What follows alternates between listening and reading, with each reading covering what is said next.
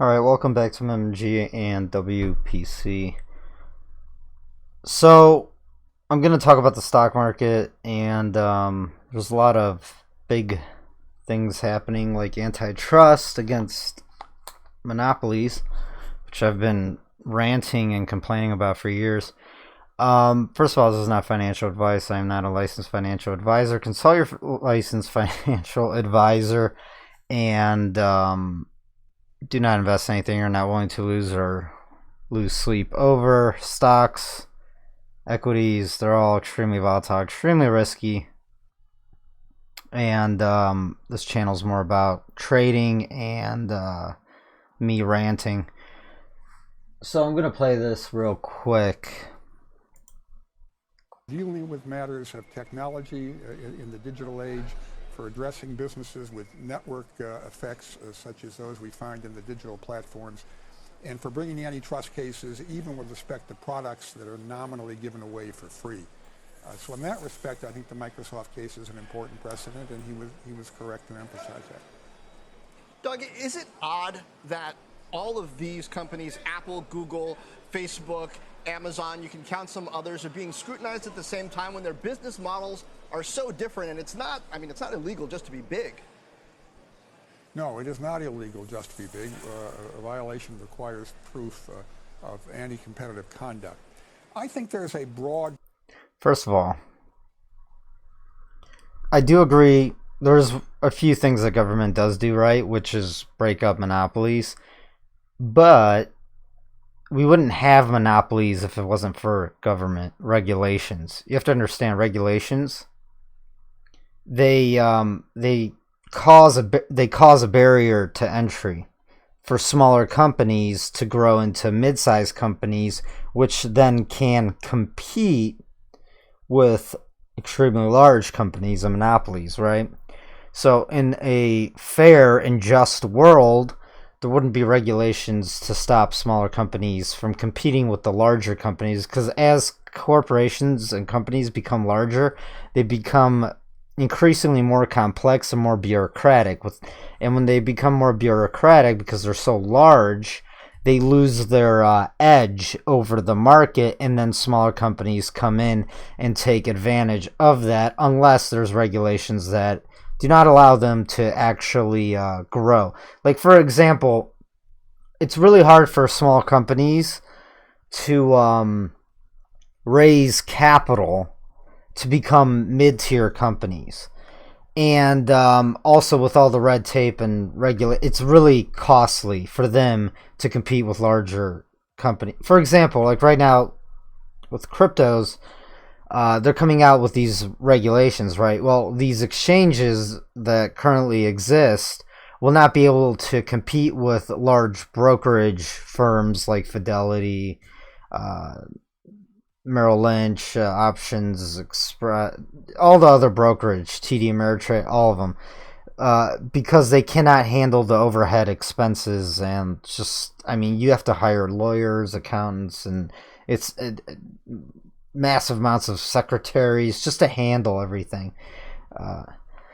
So let's continue here. Populist sentiment in the country, a concern about private aggregations of power that's exacerbated by the tech platforms because they have seemingly boundless capacity to grow by network effects and scale economies because they're newfangled and invisible technology.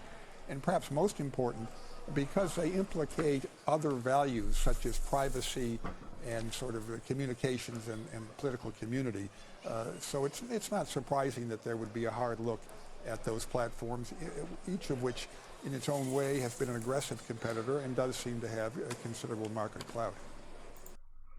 All right, first of all, these megalith monopolies, they have lobbyists, right? So they hire people to go and buy off politicians and give them money, and they write up the regulations for themselves, but really they're writing it up for their competitors. So they get keep that monopoly, right?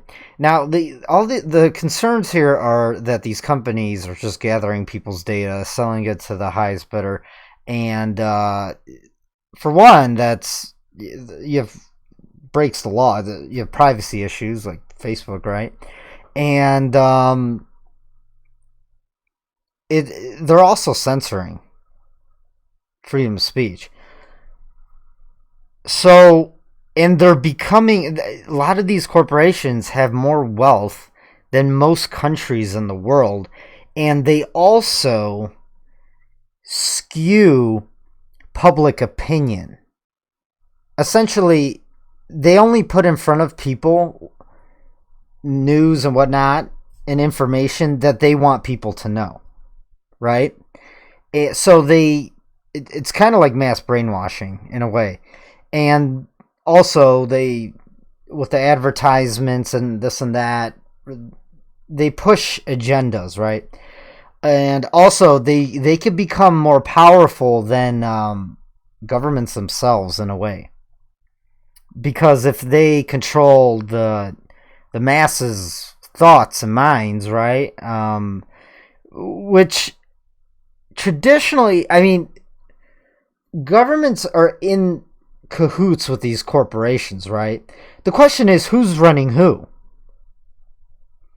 And either way, it's very bad for society and freedom and everyone. Neither one should be as big as they are right now. Not the regulars, not the private monopoly corps.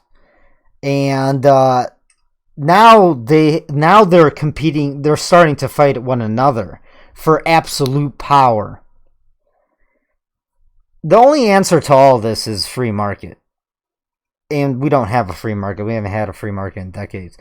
And what does free market mean? It means like no laws. So will that happen? I don't know. Probably not. And it's because I have no faith in humanity. Because average people, I don't know. They just stick their heads in the sand. So how's this going to affect the markets? Well, the FANG index here and the FANGs, their market share of the entire stock market here and the NASDAQ is so big. If this antitrust goes through and they start actually breaking up these monopolies, that's going to really dump the market. And see how this works? And the government doesn't want that either. So I don't know how they're going to go through with actually doing anything. Because if they break up the monopolies, then the market falls, and then revenues drop for the government, taxing these corporations. So it's funny that Trump is doing this and bringing this up, but to what extent can he actually even do it? Because as these big monopoly corps go, so does the monopoly gov, right? So it's interesting. So either way, this is, I guess, negative for the stock market. It's positive for humanity and future progress and productivity and growth, but it's for the short term and intermediate. See, that's the thing. People need to understand this. For your children and for the next 20 years and few decades, what needs to happen is short-term and intermediate pain that most people are not willing to go through and probably wouldn't be able to and wouldn't be able to stand it, or that's why I say the market has to correct. It should correct it. These companies, they should be broken up. All this should happen. It will happen eventually, but will it? The question is, will it happen now? Will society, will people in society and governments do the right thing and do what's necessary? More than likely not, because it's too painful. So kicking the can down the road and letting all this madness to go on for the long term, what'll happen is eventually these monopolies and everything, they become so big and so parasitic. Economies as a whole, the global economy cannot support this, and then it'll just come to a screeching halt crash, and then but that'll take years to play out.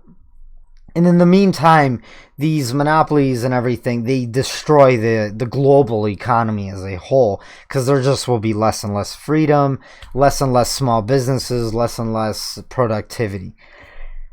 So one way or another, I mean, the breakups will happen. The question is, will we do it now and take the pain, or will this just continue? I think this will just continue for the next 5-10 years, and then eventually it'll just come all crashing down like a house of cards, and then it'll be Mad Max, and then the cycle will come full circle. These are cyclical, right? This has happened over and over again with Standard Oil and all these other corps. So I just want to touch base on that. Oh, another thing, I almost forgot. Someone commented on my I will get into the prices and the TA. Someone commented on my last video, Harry Dent. So, Harry Dent. Is that his name? I have the book over here. I've read his book. Let me see if I'm getting his name right, because that sounds like the Batman villain.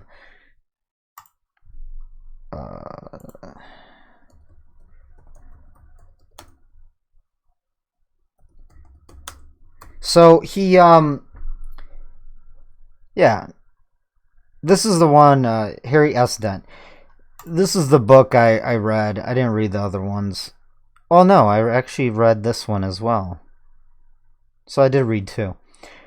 Or maybe I read this one. Well, I listened to them on audiobooks, and I've done that for years. And I know I've gone through two of them. Anyways, I agree with like 95% of everything he says with the cyclical stuff. The baby boomers are aging, and everything is unsustainable, and when they retire, they're not buying things like they used to, and they hold all the wealth. And then when they stop buying things and they spend all their money on pretty much healthcare, we're going to get a huge economic reset in the US and the Western world as a whole. I agree with all that. The problem is he says that metals aren't going to go up and we're not going to get inflation. We're going to get deflation and like a 1930s style depression, which I also agree with. We probably will get a 1930s style depression. The problem is we're still going to get inflation. Why are we going to get inflation? I mean, it's very simple. I don't know how he doesn't see this. Hold on, let me find this. Visuals. Oh, let me remove this real quick here. I have to remove the fair use. Can you guys see? Alright. Good thing I didn't forget about that for when I go through the TA. So, okay, there's going to be inflation. Do you want to know why? Because of the national debt and all of the entitlements. If we have a deflationary depression, right, that wipes out people's debt. Or no, it doesn't. Actually, no, it doesn't. It doesn't wipe it. Sorry. If we have a depression style collapse coming, right, what'll happen is the debt doesn't get wiped away, and government and all the entitlement programs and the national debt can't be paid off. And if the dollar, that would mean that the dollar strengthens or stays where it's at. So that would mean that everyone loses their jobs, right? But then they can't pay off their debt. And then also the tax revenue for the government, it drops. And then they can't pay out all the debt that they owe, not only to foreign countries and whatnot, but they can't pay out all of the entitlements, all the free stuff they've promised in the past decades, right? Social Security, Medicare, and all that.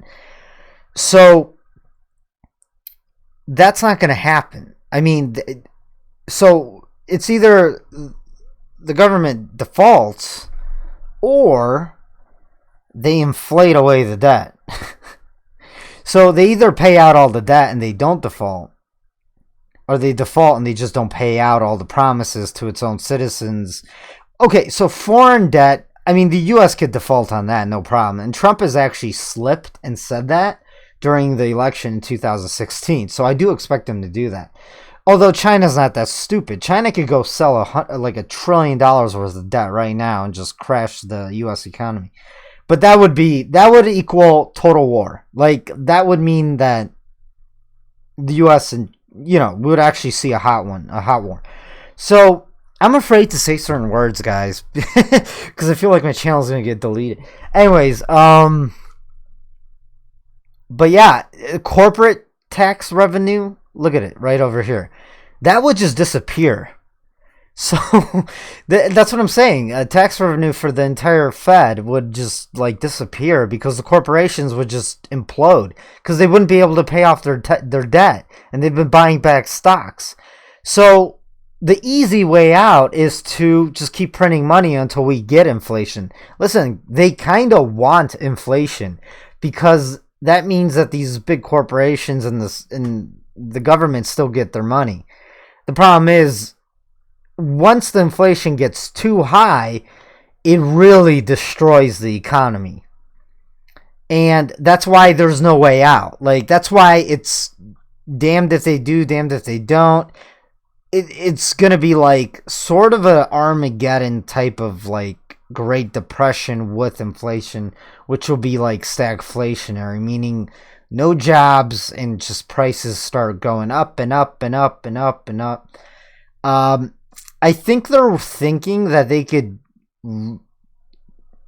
print endless money and sort of balance the inflation to the point where it's only around 10% every year, which is still horrible. It's like you're getting a 10% pay cut every year, but it's not at the point where people will go out in the streets and just riot endlessly. But it will get to that because at one point it's just none of this is payable. So in the end, I think everyone who wanted free shit is just not going to get it. They'll get the checks, but they won't be able to buy anything with it. I don't know, guys. This is uncharted waters. I don't know where this is going to end. I don't think they do either. And I don't think they know what to do. And all they know is to buy more time until they get out of office or they get out of power, and then they just I don't know, fly off to their bunkers or something. I really don't know. That's all they know. All they know is to keep power and buy more time until they see that everything's falling apart, and then they're just gonna exit. This is uncharted waters. Maybe they're hoping they could pull off a Japan, right? Just have no economic growth and just keep printing money and have stagflation for decades, and the economy just slowly deteriorates. That's what they're hoping. That's not going to happen because the debt is so large. Private sector debt, it's out of this world. Public, it's out of the pensions. Pensions are tied to the stock market. That's why they're going to keep printing money. Because they can't let the stock market fall. If they do, the pensions blow up. And then when the pensions blow up, that's when you get mass civil unrest. So, I don't know. Also, bonds, treasuries, the way they're going to react is they're going to try to force interest rates higher no matter what the Fed does. And that'll just blow up the market. And if the market goes, the bonds go. That's the problem. That's the problem when you build a Bernie Madoff type of economy. All right, so that takes us to TA. I'll post this in the newsroom and the free chat rooms. This article, it's pretty good. And they're going to hemorrhage money pretty soon, and maybe they'll have to back off on censorship. I don't know. Or maybe they're just ready to... This is total warfare. This is like Monopoly Corp versus the Fed right now. Or Trump. So, stock market's slightly up today. By the way, it's Thursday, 6 p.m. Eastern Standard Time, U.S. And June 13th. UTC is... What is UTC time? Will you load? It's 1800. Alright, here's gold. I'm hoping for a pullback. And it's just shot up today, and I'm kind of worried that it's just going to keep going higher because tomorrow's Friday, and I'm sure speculators are going to sell and not hold over the weekend. It's a bit risky right now. I think it's risky. Here's another gold chart. This is a weekly chart. You can see that gold's in this triangle right here. And I'm hoping it'll pull back and not break out of the triangle and retest the bottom part of this triangle, right? Where you have these moving averages and you have a lot of buying volume. So within this bright green rectangle I put here would be the perfect pullback. And this would if it does pull back, I don't know if it is, but if it does pull back, anywhere between like 12, I would say conservatively 1260 to 1230, I'm going all in personally. That's what I'm doing for mining stocks. But I'm worried it's just going to keep rallying here. Especially if Friday the market sells off tomorrow, and then what is it, Tuesday or Wednesday, the Fed has the FOMC meeting and they capitulate and cut rates. If they cut rates, it's just going to launch. Gold's going to take off like a rocket. So I'm worried. That'll be June 19th. Today's the 13th. So 14, 15, 16, 17. Yeah, it's like Wednesday. So this is the weekly. We also have a 3 count. And look at this wick on this week's candle. And if tomorrow's stocks sell off, it's gonna look like a hammer. And it's a 3 count. It'll be a 3 count above the 2, and it's breaking out of this giant triangle. And once it's above like 1350, it can start really running to 1400. And then your mining stocks, they're really going to take off. So tomorrow's sort of between Friday tomorrow and the FOMC meeting, like I think it's Wednesday or Tuesday, one of those days, the 19th. We're going to find out if gold's going to go into a bull market like right now, or we have maybe a few more weeks left, maybe a month left before it does. Because I guarantee you they're going to cut rates by the end of this year. If not by the end of this year, the beginning of next year. All right, it's going to happen within the next 6 months.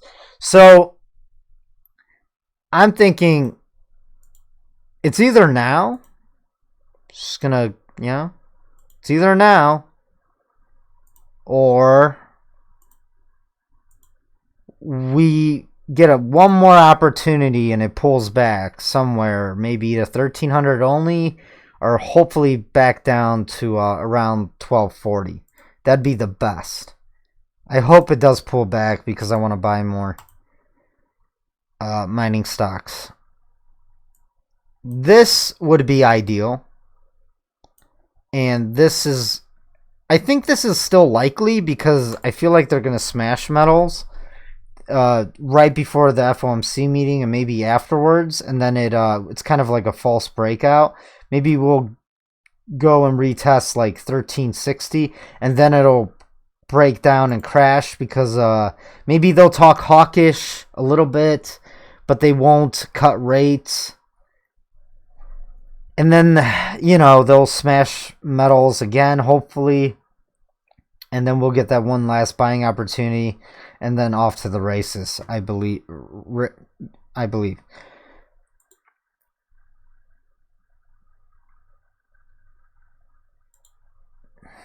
So that was gold. And silver will go with gold. Whatever gold does, silver and gold will go with it. Also, looking at gold versus the world currency index.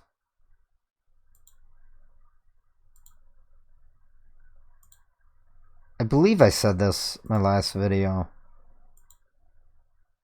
It's a huge cup and handle. So, gold versus all fiat, or major fiats. Huge cup and handle. It's definitely going into a bull market. Like, probably by soon. I don't know exactly when. I mean, it could be next week.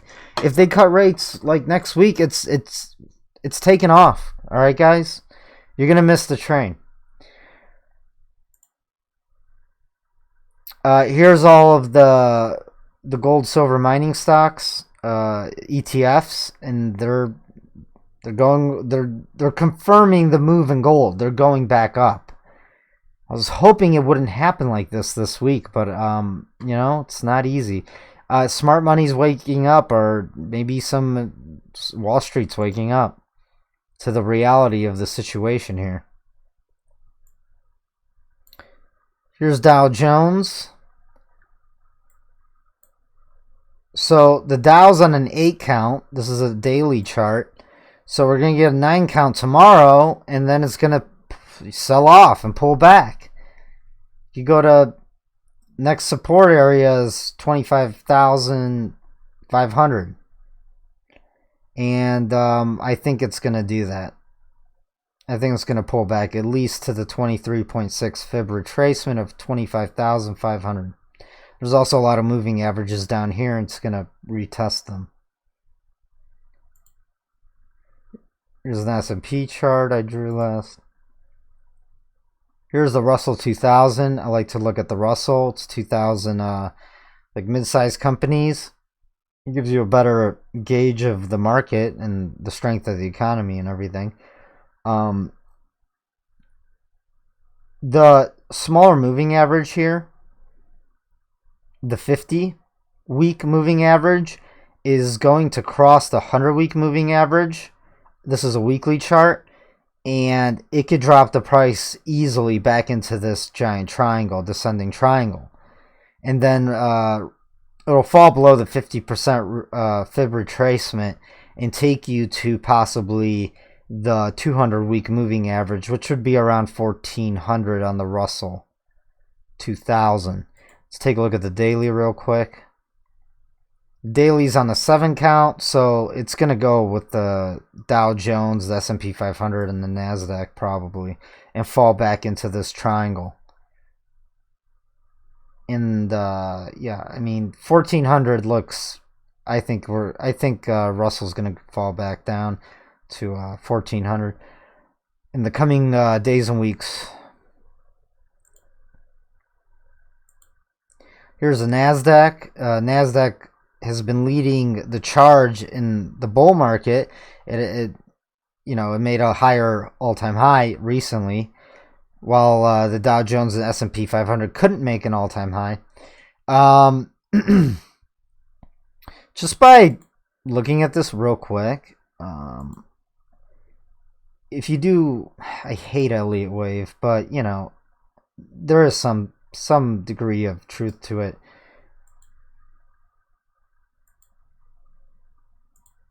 And then you have the, so A, B, C, or 1, 2, 3, whatever. It's so subjective. That's why I don't use it. Same with wedges. They're subjective. Now, on the NASDAQ daily, you have the 50-day moving average acting as resistance up here, and guess what? It's also on the 7 count.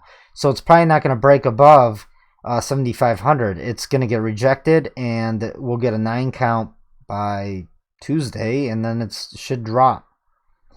Now, why would the market drop by Tuesday or Wednesday? Now, TA is telling me it's going to drop.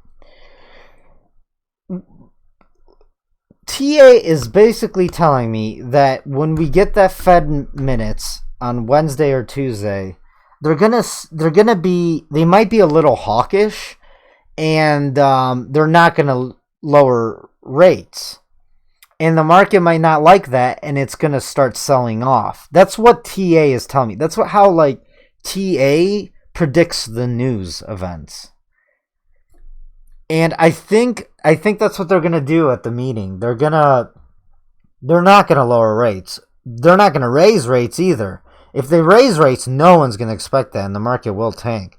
So they're just not gonna do anything, and they're just gonna talk. I will probably record it and give you guys some of my commentary on what Jerome Powell says, and it'll be a good FOMC. So they might be slight hawkish. That will send gold back down, and the market will pull back and drop. And then I think later in this year, they will finally capitulate and start cutting rates. They see the same charts as I do. They're probably okay with the price dropping. So on the NASDAQ, they're probably okay with the price dropping down to like 7,100. And that's when they will maybe come out and cut rates. But the problem is this could happen quickly, right? This could happen very fast. So it could, in 4 days, it could drop all the way down to 7,100 real quick, right after the FOMC meeting. That'll take you to the 38.2 fib retracement. Realistically, it's going to come back down to 6,300 on the NASDAQ. And maybe they're okay with that, right? Maybe the Fed's like, well, we could handle a drop back down to retest the 78.6 fib retracement. And it'll hit major support, because that's major support down here. Or maybe they're only okay with it dropping to 6,500. Sorry. 6,500. And this is when maybe they will start cutting rates, talking about cutting rates. And they're kind of okay with the market dropping down to there. And then they'll cut rates, and they're thinking, it'll go back up. Or maybe it won't be enough, right? It won't be enough, and then they'll come out with QE4, and maybe it'll just rally up till here somewhere. They'll come out with QE4 after it drops. So let me get here, so you guys don't get confused. So they're slightly hawkish. They're not cutting rates this FOMC meeting next week. Market drops. Then they cut rates. Market rallies. But it doesn't rebound and start making new highs. It fails to make new highs. Then it drops back down. Then they start doing QE4 or something. Or they cut rates again. Or maybe this will just go sideways for a while, and then later in 2020, right before the elections, they'd come out with QE, and then the market starts making new all-time highs and does a melt up for like a year or something, or who knows. All right? And I'm just talking out of my ass. All right? This is how I think. I'm not saying any of this is guaranteed. I'm just seriously talking out of my ass right now. All right, guys. This is game theory. I'm just trying to think what are they thinking? How is it? Because literally, I mean, I use TA, but at the same time, I kind of have to anticipate what the Fed's gonna do, and what Jerome Powell's gonna do, and Trump's what he's gonna do, and at the same time, there's tariff wars and possible hot war coming in the Middle East. So I don't know. You guys understand? It's complicated. All right. So this is why I continue to make videos, and I'm gonna keep you guys updated on what I think. All right. I don't think they're gonna let the market drop too far. All right. At the end of the day, that's what I think. And at the end of the day, I know gold and silver is going to just go higher and higher no matter what happens. Like I said in my previous videos, it doesn't matter what happens to the stock market. They're going higher. If the stock market falls too much, metals will go higher. Stock market falls and they prop it up and make it go higher to new all-time highs. The only way they could do that is with lowering interest rates and QE or money printing. So metals are going to go higher with the stock market. It's that simple. All right, FANG. FANGs. The FANG index. It's on a 7 count. It's already pulling back, mainly because of the antitrust. And as soon as 3 days ago, it started pulling back. This would have been a perfect and easy short because of the antitrust. And you could short this index if you wanted, the FANG. I should have done that. Lately I've just had a lot going on. I'll post some new trades for next week for the private members of MMGinvest. Also, all those IPOs, Zoom and this and that, they're probably going to pull back with the market. So Tesla, it's on an 8 count on the daily chart here. It didn't even make it to 12:30. I was hoping it would. So tomorrow morning I'm probably going to add another short position on this. I'll keep you guys posted in the MMGinvest private group what I do. What is this? Waiting for it to load. Okay, so here's Europe. Europe's gonna go with the U.S. equities, and they're probably gonna test all these supports, right? This is the UK index 100, the FTSE Euro top 100, DAX index, and the CAC. So they're all gonna go and retest support. Here's what's funny though: if they do that, it's gonna start looking like Head and Shoulders for a few of them. I think Europe's gonna go down before the U.S. mainly because of Brexit and the Eurozone breaking up and all that. I don't do Forex. But I don't know. I don't feel like shorting the euro. But you know, if you do Forex, that's probably a pretty guaranteed short. I don't know. You decide. But if I traded Forex, which I hate Forex trading. I've never even traded Forex personally. Here's a 10-year yield. I'm watching this. This thing just keeps falling. Again, yields are signaling some sort of recession, depression, right? So there you go. Come to MMGinvest. Just go to your search bar here, MMG. And I've compiled some data and research for you guys for mining stocks to help you with your own research. It's outdated. It's very outdated, but I think it's still good.